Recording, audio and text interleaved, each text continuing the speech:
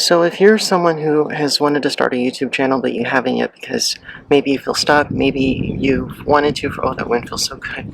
Um, Maybe you've wanted to for a while but you haven't started yet, or maybe you just are starting right now, I hope this video resonates with you and maybe some things that I've learned might help you.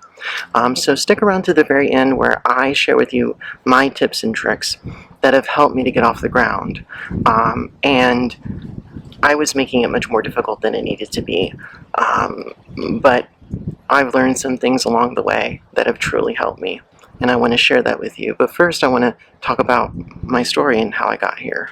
I was really reluctant to make this video because I just didn't think, like, I don't know, I wanted to just get right to it and just make videos about the content that I want to do, which is talking head videos, talking about ADHD and being in your 40s and, you know, going back to school later in life and just everyday content, you know. So I was like, but I thought about it and I'm like, you know what?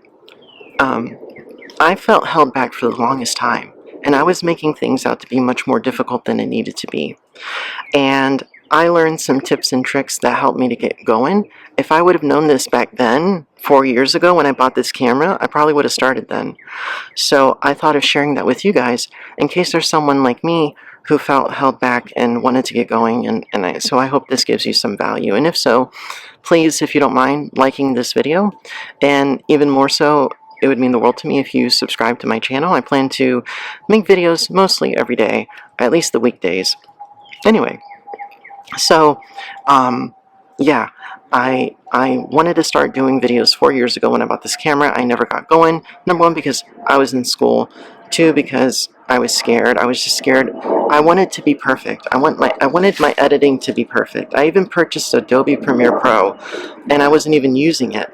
It was just there and I was paying for it, but I wasn't using it because I have no idea how to use Adobe Premiere Pro. Like, it's like Greek to me. It's just way over my head. So that was one thing that held me back. The second thing that held me back was the idea of what to make videos about.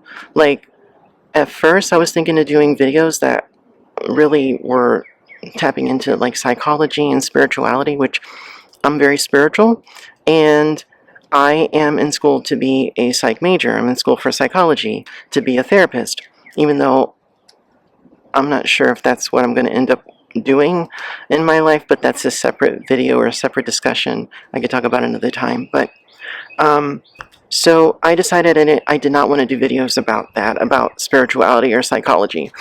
And then I thought about doing reaction videos, but I'm scared of the copyright things and how that could affect me and getting copyright strikes. So, and I know there's a way to do that. I just haven't figured it out yet. I need some time to devote to, you know, trying to figure out how to do that. And I wanted to do food reviews and, you know, just reviews in general and do travel vlogs. But I realized that, you know, there's so much food reviews out there. And travel vlogs, it's like nobody knows me. Like, who would care about following me? I mean, it depends if it's an interesting place, maybe, but, or like daily vlogs, like nobody knows me, so why would, you know, anyway, but I settled on doing talking head videos, like how I'm doing right now, and I didn't want to do a video like this. I felt like, okay, the only people that should be shooting videos and telling people how to do YouTube videos should be the ones that have hundreds of thousands of subscribers, and they've been doing it for a while, and those are the people, and I'm no expert, okay? I'm just starting out myself. But why I'm doing this video is because I felt stuck for the longest time, for over 4 years, and that held me back. And if I knew then what I know now in terms of how easy it is to get started, I would have started probably a long time ago compared to waiting so long. And I don't want you to do that too. So, so in terms of like the things that have helped me, the first is like Adobe Premiere Pro. If you're using like a fancy editing software and you never used it before, unless you take a class or a course on how to use it, you're going to be lost. So I suggest using something simple like iMovie, or there's another one too, Monkey something, or I forgot what it's called, but easy editing softwares like iMovie. That makes all the difference in the world. I still don't really know how to use iMovie completely, but every day I'm learning something new little by little. Um, you know, yesterday I learned how to start putting words in the video, like, you know, and I know it's embarrassing, but I'm just being honest. But that made a big difference for me. If I knew that I could make videos easily on iMovie, that would have helped tremendously. The second thing is, um, striving for perfection. I talked about this already, but wanting to be perfect. It's like, there's no way you're going to be perfect. There's no way you're going to make the perfect video, the perfect content. Just get going. Um, you hear other YouTubers talk about that. It's true. Don't wait. Just get going. You'll learn along the way. It's okay to mess up. It's okay not to be perfect. I've messed up tremendously since starting. And I'm sure, and I look back at the videos I already made, I'm like, oh my god, like what, I'm very critical of myself. But anyway, so that's the second thing, like trying to strive for perfection. Just let that go.